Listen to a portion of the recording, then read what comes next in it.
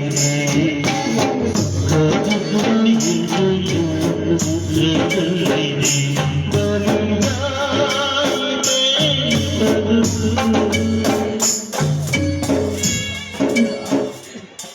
ಅಲ್ಲಮ ಪ್ರಭುವೇ, ನನ್ನನ್ನ ಎಂತ ಇಕ್ಕಟ್ಟಿನ ಪರಿಸ್ಥಿತಿಯಲ್ಲಿ ನುಗ್ಗಿ ಬಿಟ್ಟಿದ್ದೇವಾ ನೀನು?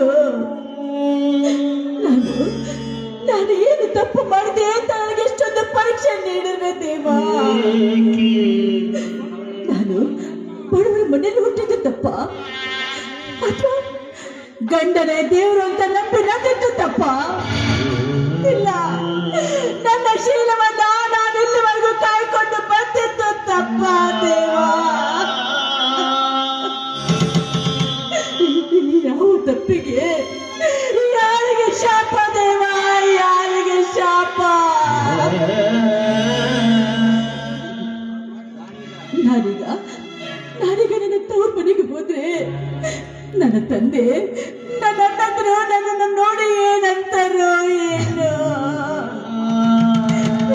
ಯಾಕಂದ್ರೆ ನಮ್ಮ ತಂದೆ ಮಾತಿಗೆ ಹೇಳ್ತಾ ಇದ್ರು, ಹೆಣ್ಣು ಹುಟ್ಟಿದ ಮನೆಗೂ ಕೊಟ್ಟ ಮನೆಗೂ ಕೀರ್ತಿ ತರುವಂತರಾಗ್ಬೇಕು ಅಂತ.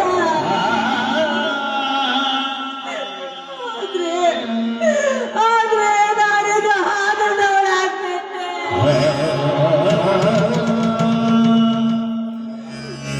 ನಾನೀಗೇನ್ ಮಾಡ್ಲಿ? ನಾನು ಸಾಯ್ಬೇಕಾ? ನಾನು ಬದುಕ್ಬೇಕಾ? ನಾನೇನು ಮಾಡಿದ್ದೇವಾ? ಇಂಥ ಆದರದ ಪಟ್ಟ ಹೊತ್ತು ಈ ಸಮಾಜದಲ್ಲಿ ಅದು ಹೇಗೆ ನೀನು ಬಾಳಿದೆ?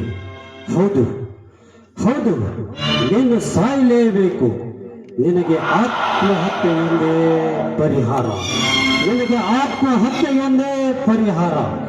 ಹೌದು ಹೌದು, ನನಗೆ ಆತ್ಮಹತ್ಯೆ ಒಂದೇ ದಾರಿ. ನಾನ್ ಬದುಕಬಾರ್ದು, ನಾನ್ ಸಾಯ್ಬೇಕು, ನಾನ್ ಸಾಯ್ಬೇಕು. ಅಮ್ಮ, ನೀನು ಆತ್ಮಹತ್ಯೆ ಮಾಡಿಕೊಳ್ಳುವುದರಿಂದ ನಿನ್ನ ಮೇಲಿರುವ ಅಪರಾಧ ಹೋಗುತ್ತದೆ ಎಂದು ತಿಳಿದುಕೊಂಡಿದ್ದರೆ ಅದು ನಿನ್ನ ಹುಚ್ಚು ಕಲ್ಪನೆಯಮ್ಮ.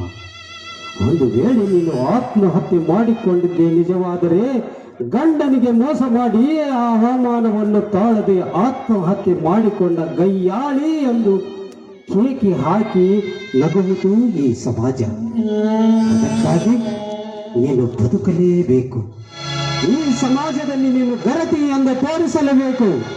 ಅಂದಾಗಲೇ ಈ ಸಮಾಜದಲ್ಲಿ ನಿನಗೊಂದು ಬೆಲೆ ಬೆಲೆ. ಯಾವುದೋ ಒಂದು ಕೂಸಿನ ಧ್ವನಿ ಕೇಳಿದಂತಾಗ್ತಾ ಇದೆಯಲ್ಲ, ನಿಜ ಹೇಳು, ಯಾರು ನೀನು? ನಾನಮ್ಮ, ನಿನ್ನ ಉದರದಲ್ಲಿ ಉದ್ಭವಿಸುತ್ತಿರುವ ನಿನ್ನೊಡಲ ಕಂದಮ್ಮನಮ್ಮ, ಕಂದಮ್ಮ. ಅಯ್ಯೋ ನನ್ನ ಕಂದ, ಅನ್ಯಾಯವಾಗಿ ನಾನು ನನ್ನ ಸಾಯಿಸ್ಬಿಡ್ತಾ ಇದ್ದಲ್ಲ. ನಾನೆಂತ ಪಾಪಿ ತಾಯಿ. ಇಲ್ಲ, ನಾನ್ ಸಾಯ್ಬಾರ್ದು. ನನ್ನ ಇಂಥ ಸ್ಥಿತಿಗೆ ತಂದವರ ಪತ್ತೆ ಹಚ್ಚಿ ಅವರಿಗೆ ನಾನು ಮೆಟ್ಟುವ ಮೆಟ್ಟಿದ ಪೂಜೆ ಮಾಡಿ ನನ್ನ ಗಂಡನಿಗೆ ನಾನು ಗಲ್ತಿ ಅಂತ ನಿರ್ಬಂಧಿಸಬೇಕು. ನಾನ್ ಸಾಯ್ಬಾರ್ದು, ನಾನ್ ಸಾಯ್ಬಾರ್ದು.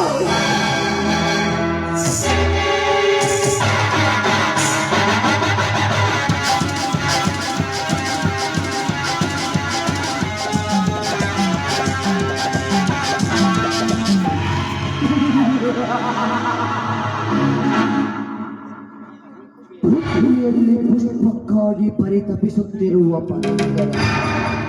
ಪತಿರುತೆಯ ಪಟ್ಟ ಪಡೆದ ಆಶಾ ಎಂಬ ಪತಿರುತೆಯನ್ನು ಪಡೆಯುತ್ತಿರುವುದು ಈ ಪ್ರಳಯಾಂತಕ.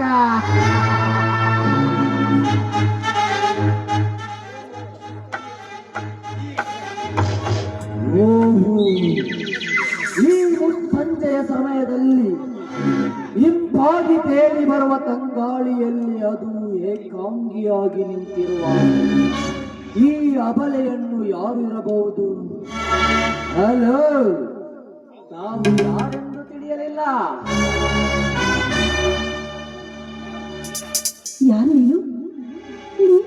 ಗೋ ಆ ನಾಗರಾಜನ ತಾಯಿ ಅರ್ಥಾತ್ ಈ ಕಲಿಯುಗದ ಪತಿರುತ್ತೆ ಸೇರೋ ಮಾಡೆ ಎಲ್ಲಿ ಹೋಯಿತು ಆ ನಿನ್ನ ಪತಿರುತೆಯ ಪಟ್ಟ ಈಗ ನೀನು ಸಣ್ಣ ಬೆಟ್ಟ ಕೈಯಾಳೆ